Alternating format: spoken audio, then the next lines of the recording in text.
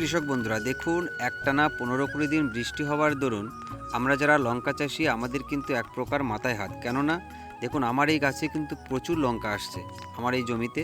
তো এই ক্ষেত্রে দেখুন একদিকে জল জমে গেছে। তো এই জল জমা অবস্থায় কিন্তু জমিতে কোনো প্রকারের মাটিতে কিন্তু বায়ু চলাচল করতে পারে না। তার দরুন কিন্তু বিভিন্ন প্রকার ছত্রাক দ্বারা কিন্তু আক্রমণ হয়, যার ফলে শেকড়গুলো কিন্তু পচে যায়। আর এছাড়াও বিভিন্ন প্রকার পোকা কিন্তু এই মুহূর্তে অধিক পরিমাণে দেখা যায় এই বর্ষার সিজনে।